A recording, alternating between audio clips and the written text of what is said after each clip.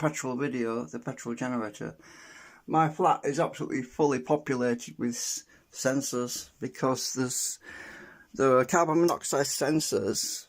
There's 2 in my living room, right? Okay, there's 2 in my living room. One's smoke, one's carbon monoxide. There's actually 2 in my hallway, because I didn't actually mention this, but there's 2 in my hallway.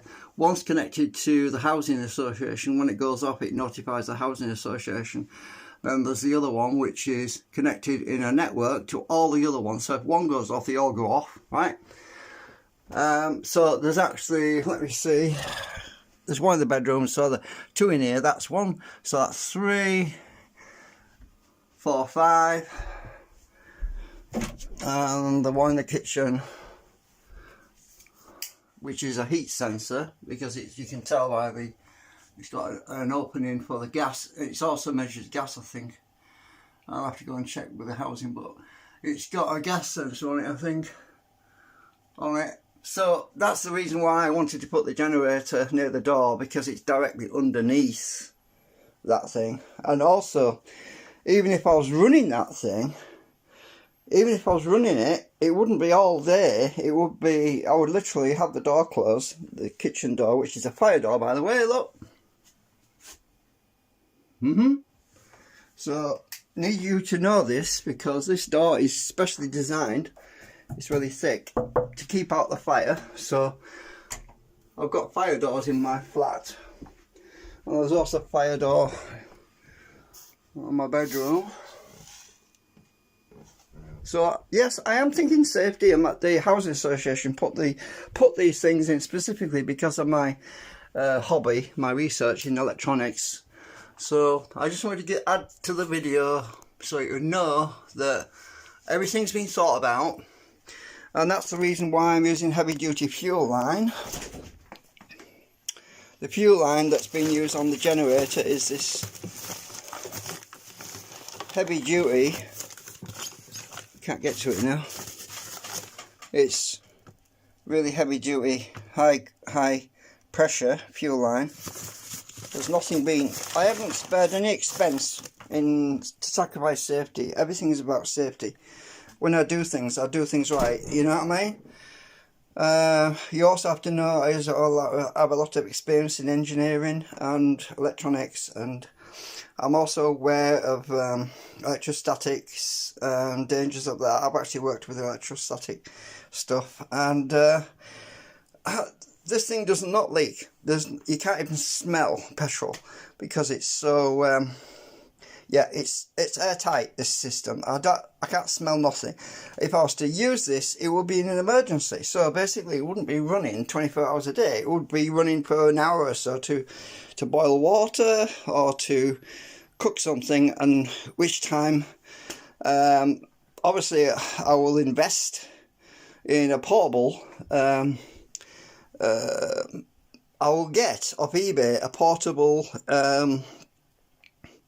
carbon monoxide detector, which I'll mount on the generator near the exhaust pipes, so that at the back, so that if there was a leak I would know about it.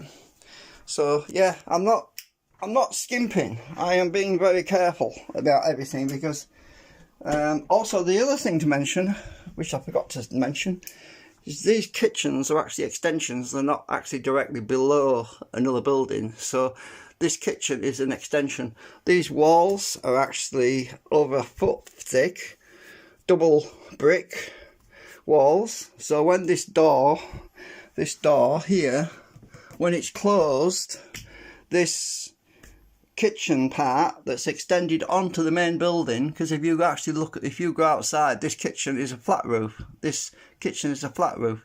So even if something happened, if there was a fire, this would not put the neighbours directly above here in any danger, especially since the alarms would be long since blaring away, and it would notify everybody at the housing association in advance, because this is wireless. These sensors are wireless.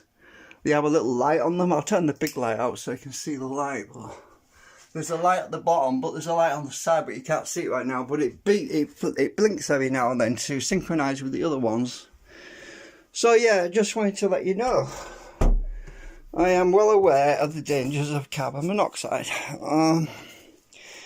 And with my asthma, I have to be extra careful anyway, because yeah. So don't worry about that. I mean, it's not something I would use unless I had to do. If there was a power cut for like half a day, 6 hours or so, I'd probably need to boil water. But if it's just out for an hour or two, then it's no skin off my nose. But it's only if you desperately need some hot drink, especially in the cold weather.